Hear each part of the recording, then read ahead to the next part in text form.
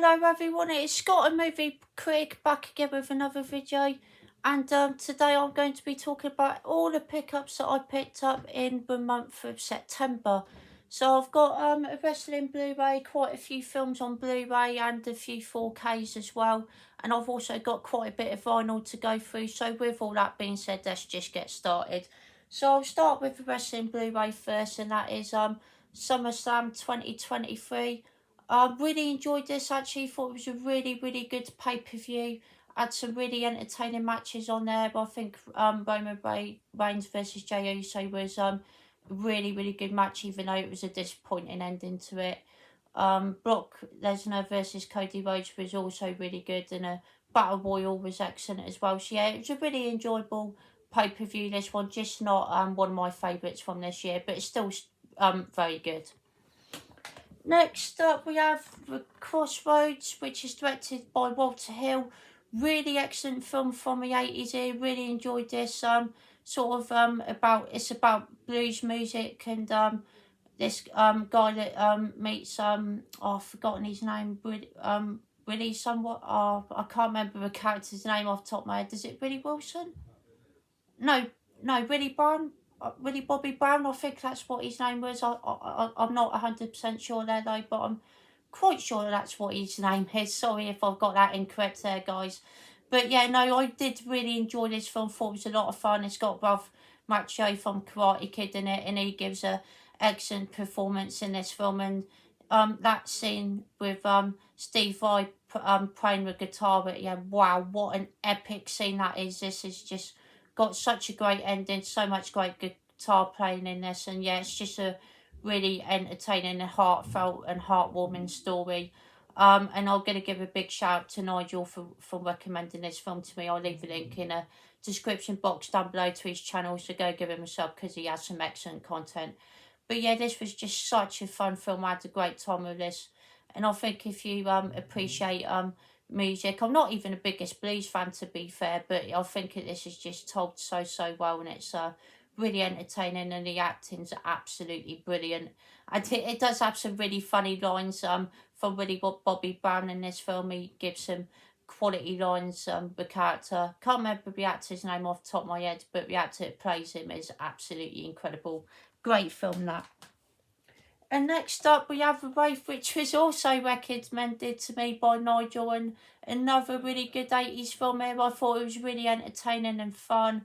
Got some really cool action in it, actually, and it's got a really good gang in this as well. You just absolutely love to hate. They're just so annoying. And yeah, it's just a really entertaining film from the 80s, this one. I really enjoyed it. Charlie Sheen, it was fantastic in it as a Wraith. And yeah, it's got some really cool car races in it, and yeah, it's just a really cool concept. Really enjoyed that one. Next up, we have a classic film. This was given to me by my dad because he got the 4K edition of it, so he said that I could have this one. And yeah, this is just such a classic British 70s folk horror film. Really entertaining. Christopher Lee gives an amazing performance in this film, one of his better performances, and he's given some absolutely incredible performances in his career. And yeah, this is just such a great horror film, really creepy, really tense, and yeah, just really atmospheric, and it's got a really good story as well. I really enjoyed this film, thought it was excellent. Next up, we've got a comedy film from this year, and that is No Hard Feelings, starring Jennifer Lawrence. This was actually really funny. Had some really good laugh out loud moments in this one. Really enjoyed it, and yeah, it was just a really entertaining film from this year. Probably one of the better films we've had from this year. And yeah, some of the jokes were really funny, to be fair, and I just had a really good time with it. Didn't do anything too groundbreaking, but it was still a very good time nonetheless, and I would definitely recommend that one. Next up, we have The Keeper, which was an amazing film based on a true story about this German soldier that plays for Man City. He's a goalkeeper, but because obviously he's a German soldier, he gets sort of like a lot of racial abuse towards him, which is really upsetting and hard to watch. and yeah, he gets a lot of stick off a lot of people, and it's just absolutely totally unnecessary. But it makes for a really powerful and emotional story. It has a really upsetting ending as well, and yeah, it's the characters Bert Troutman obviously played for Man City as a goalkeeper, and yeah, it's just a really inspirational, true story.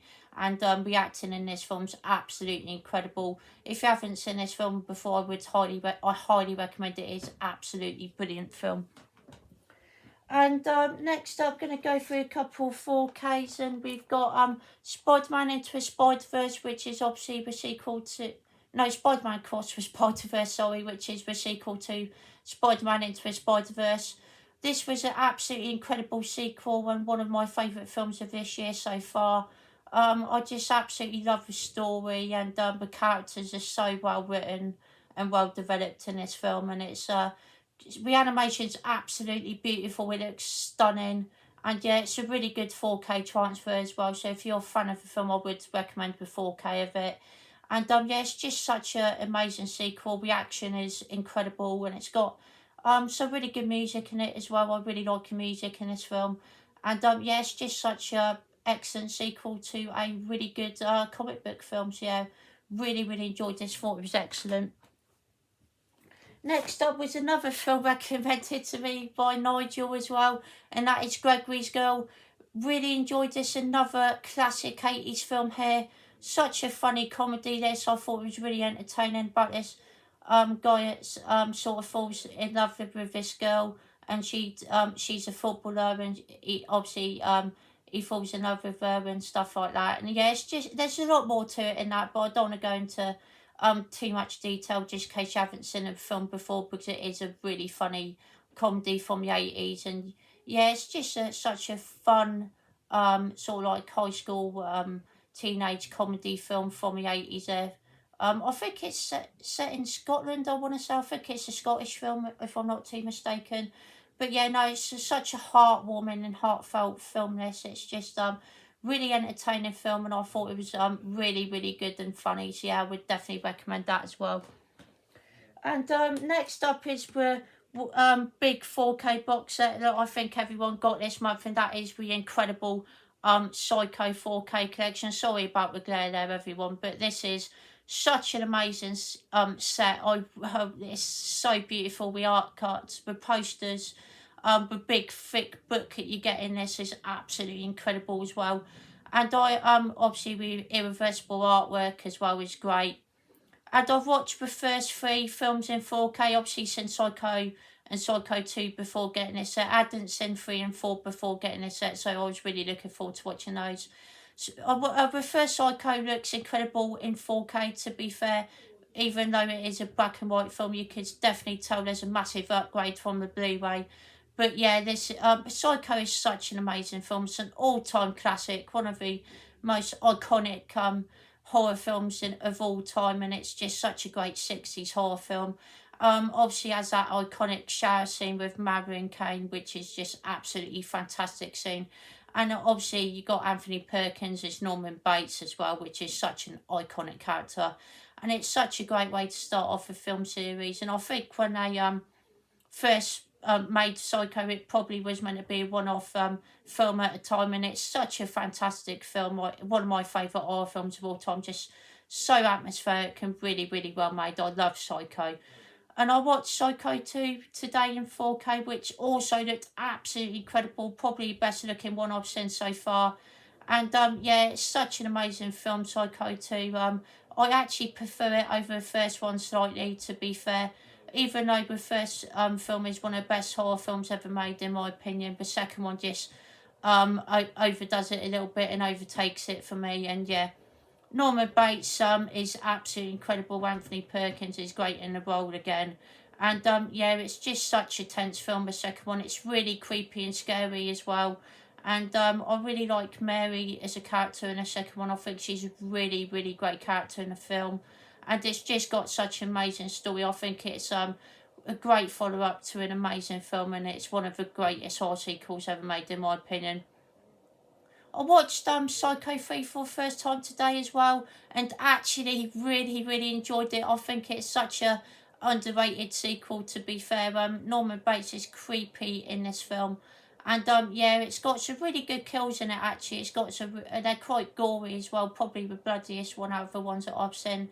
And yeah, just thought it was really atmospheric. I really like the atmosphere in this one. Thought it was really, really creepy and quite scary and really tense. The score is really good in it as well, just like they are in the first two films. And yeah, Anthony Perkins directed this one as well, and he'd done a great job directing it.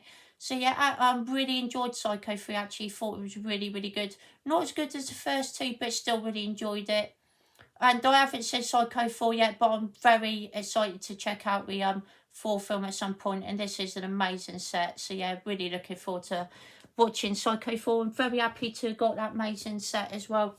Now I'm going to get into a vinyl that I got this month. And first up, we've got Tom Petty and the Heartbreakers, Into a Great Wide Open, which is such an amazing album. Really, really enjoy this one.